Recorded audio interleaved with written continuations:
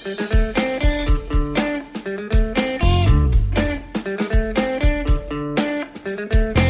you a Renaissance soul? Do you have more than one interest or passion? I always enjoy hearing about people who have blended multiple fields, interests, or industries to create a unique career of their own, as well as people who have two successful, productive, and largely independent careers simultaneously. Today's story is in the latter category.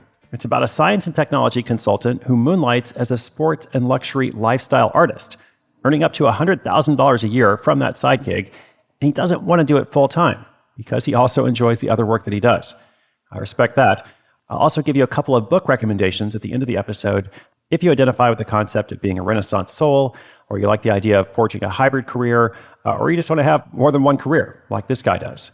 So lots of good stuff here on the program today. My name is Chris Guillebeau. This story is coming right up after this quick shout out to our sponsor.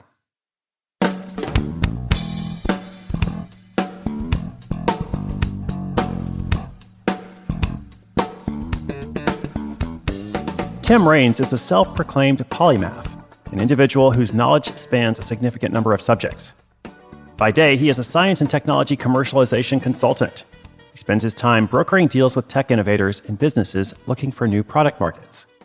By night, he flexes his creative muscles, putting together incredible works of art that blend abstract with realism using a unique process of dripping paint onto canvas in colorful drips and intricate swirls.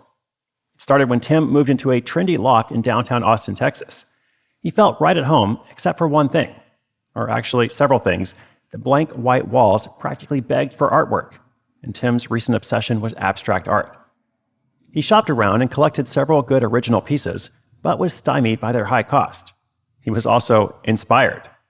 Having been somewhat of an artist and maker ever since he was a kid, Tim figured he could create his own large-scale artwork for a mere fraction of the cost. He purchased several large canvases and began experimenting, standing over the canvas, splattering and dripping the paint on them, much like famous artist Jackson Pollock.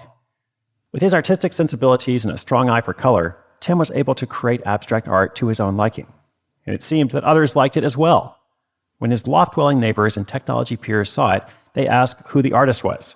When they found out it was Tim, they became his first patrons, purchasing his work to adorn their own homes. In the beginning, his paintings were all abstract. But when someone asked if he could do a flower in a similar style, he stepped up to the challenge.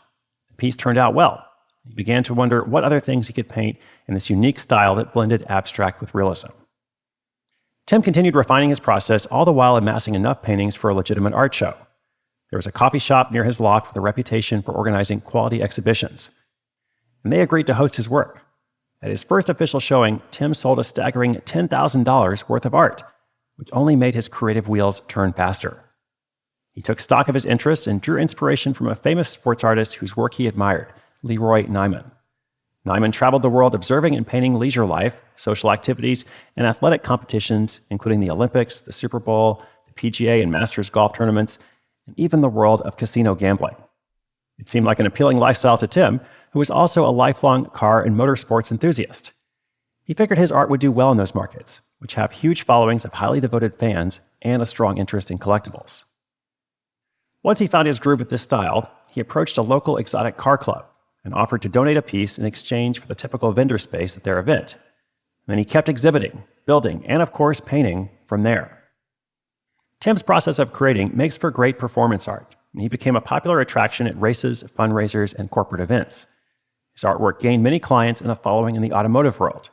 With his ever-growing success, he knew he was on the right track. The project had very low startup costs, essentially just a series of paints and canvases, and Tim has been able to generate as much as $100,000 a year annually in profit. He tried being a full-time artist for a year, but found he missed his day job, so he went back to that while continuing to produce and sell art. Even considering the money he makes, it's the experiences that Tim has enjoyed the most. He's attended many top car shows, flown to a Grand Prix race in his client's helicopter, and has even had clients take him to Spain to run with the bulls. He's also gotten to see his artwork on 2 winning race cars. For anyone out there wanting to create and sell artwork based on existing brands or licensed properties, Tim advises you to work with those organizations through their licensing managers. Some organizations and brands will work with artists, grant them rights, and allow certain reproductions of their images, while others may not. And by checking first, artists can avoid expensive infringement lawsuits.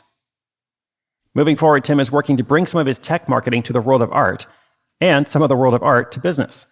His unique background has recently opened the door for him to do a paint and sip concept for companies. He plans to discuss team building, marketing, branding, and the creative process. By not choosing to follow a single career, Tim has advanced and innovated in at least two of them.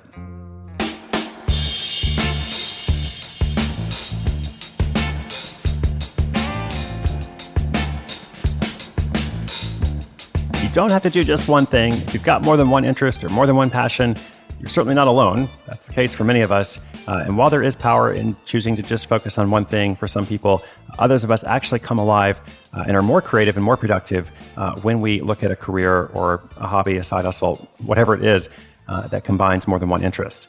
So as promised, here are a few recommended books. I've read all these myself. A couple of them were actually influential to me many years ago. So the first one is The Renaissance Soul. I used that phrase earlier. It's also the title of a book. Subtitle is How to Make Your Passions Your Life by Margaret Lobenstein. Next couple of recommendations are Refuse to Choose and Wishcraft by Barbara Scher.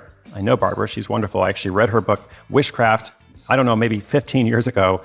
Made an impact on my life, and I still recommend it today. Got to know her later on, which was cool. So that's Refuse to Choose and Wishcraft, not Witchcraft, just Wish, W-I-S-H. And last but not least, How to Be Everything by Emily Wapnick, who is also a friend.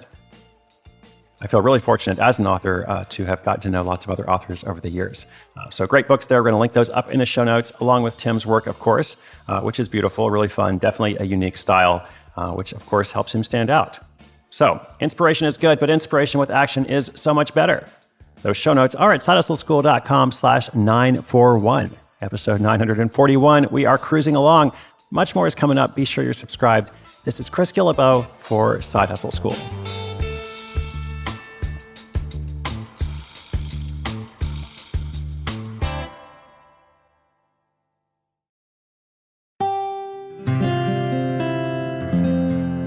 From the Onward Project.